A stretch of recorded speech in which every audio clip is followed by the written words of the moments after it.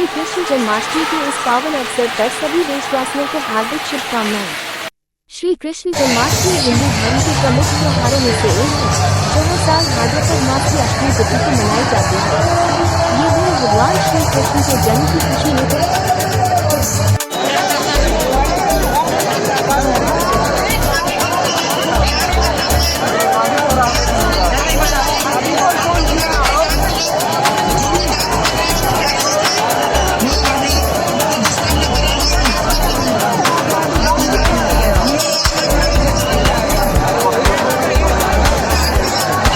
कृष्ण जन्माष्टमी हिंदू धर्म का एक महत्वपूर्ण त्योहार है, जो भगवान श्री कृष्ण के जन्मोत्सव के रूप में मनाया जाता है। यह पर्व हिंदू पंचांग के अनुसार भाद्रपद मास के कृष्ण पक्ष की अष्टमी तिथि को मनाया जाता है।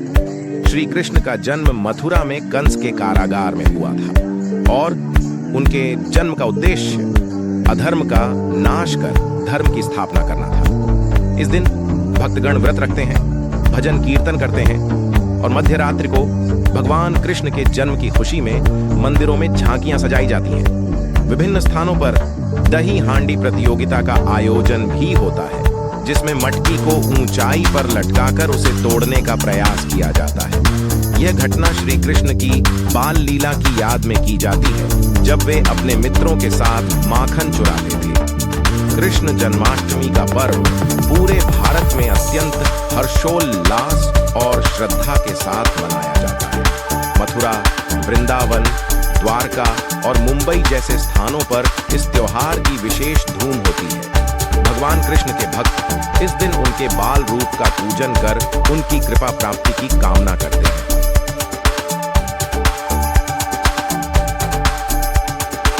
कृष्ण जन्माष्टमी हिंदू धर्म का एक महत्वपूर्ण त्योहार है, जो भगवान श्री कृष्ण के जन्मोत्सव के रूप में मनाया जाता है। यह पर्व हिंदू पंचांग के अनुसार भाद्रपद मास के कृष्ण पक्ष की अष्टमी तिथि को मनाया जाता है। श्री कृष्ण का जन्म मथुरा में कंस के कारागार में हुआ था और उनके जन्म का उद्देश्य अधर्म का नाश कर धर्म की स्थापना करना था। इस दिन भक्तगण व्रत रखते हैं, भजन कीर्तन करते हैं और मध्य रात्रि को भगवान कृष्ण के जन्म की खुशी में मंदिरों में झांकियां सजाई जाती हैं।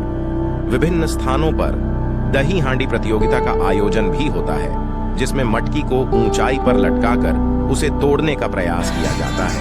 यह घटना श्री कृष्ण की बाल लीला की याद में की जाती है, जब वे अपने मित्रों के साथ माखन चुराते थे। कृष्ण जन्माष्टमी का पर्व पूरे भारत में अत्यंत हर्षोल्लास और श्रद्धा के साथ मनाया जाता है। मथुरा, वृंदावन, द्वारका और मुंबई जैसे स्थानों पर इस त्योहार की विशेष धूम होती है। भगवान कृष्ण के भक्त इस दिन उनके बाल रूप का पूजन कर उनकी कृपा प्राप्ति की कामना करते हैं।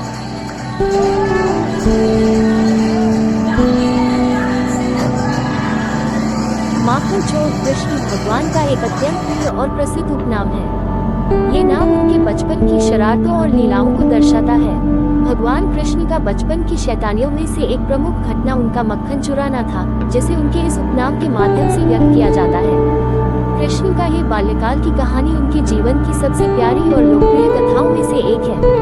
गोकुल में रहते हुए कृष्ण ने अपने मित्रों के साथ मिलकर गांव वालों के मक्खन के बर्तन चुराए और बड़े मजे से खाया। ये सब उनकी शैतानी का हिस्सा था, लेकिन इसके पीछे एक गहरी शिक्षाप्रद बात छिपी हुई थी। कृष्ण का मक्खन चुराना उनकी लीलाओं का एक हिस्सा था, जो ये दर्शाता है कि भक्ति और प्रेम को प्राप्त करने के लिए हमें सच्चे और निस्वार्थ ईश्वर की ओर देखना चाहिए। कृष्ण के इस केवल गोकुलवासियों के बीच लोकप्रिय बना दिया। गोकुल की गोपियाँ, जो कृष्ण को माखन चोर के रूप में जानती थी, उनके मक्खन के बर्तन खोजना और चुराना उनकी आदत बन गई थी। कृष्ण की यह शैतानी न केवल उनकी दयालुता और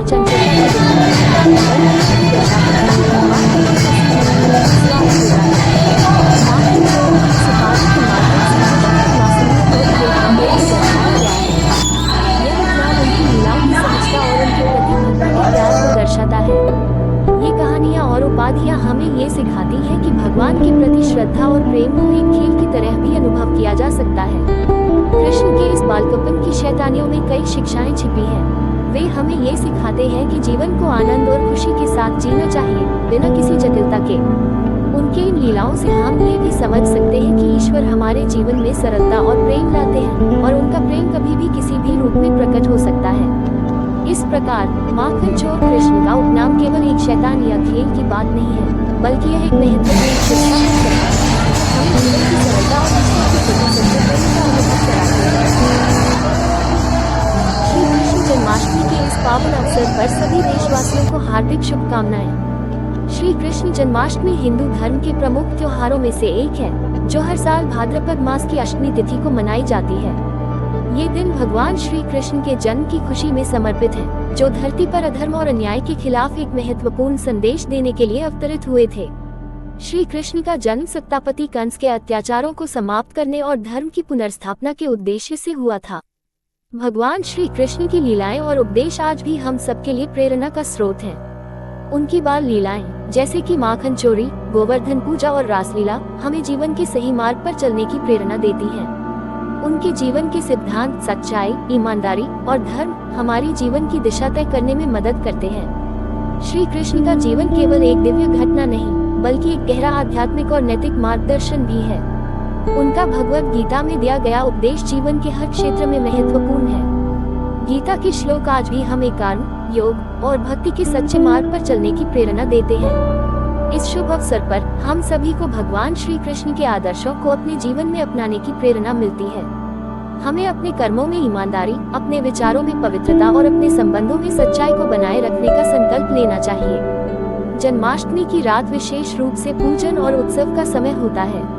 भक्तजन विशेष रूप से मंदिरों में जाकर भगवान श्री कृष्ण की पूजा अर्चना करते हैं, उनके गीत गाते हैं और उनकी लीलाओं का आनंद लेते हैं। इस दिन का उत्सव हमें एकता, प्रेम और भाईचारे की भावना को बढ़ावा देने का अवसर भी प्रदान करता है। इस पावन पर्व पर हम सभी मिलकर भगवान श्री कृष्ण से प्रार्थना करें कि वे हमें अपनी कृपा से आशीर्वादित करें और हमारे जीवन में सुख, समृद्धि और शांति की बरसात करें। उनके दिव्य मार्गदर्शन से हम हर कठिनाई को पार कर सकें और समाज में एक बेहतर योगदान दे सकें। आइए इस जन्माष्टमी को हम अपने जीवन में भगवान श्री कृष्ण की शिक्षाओं को अपनाकर उनके मार्ग पर चलने का संकल्प लें और अपनी जिंदगी को एक नई दिशा और ऊर्जा प्रदान करें। श्री कृष्ण जन्माष्टमी की ढेर सारी शुभकामनाएं।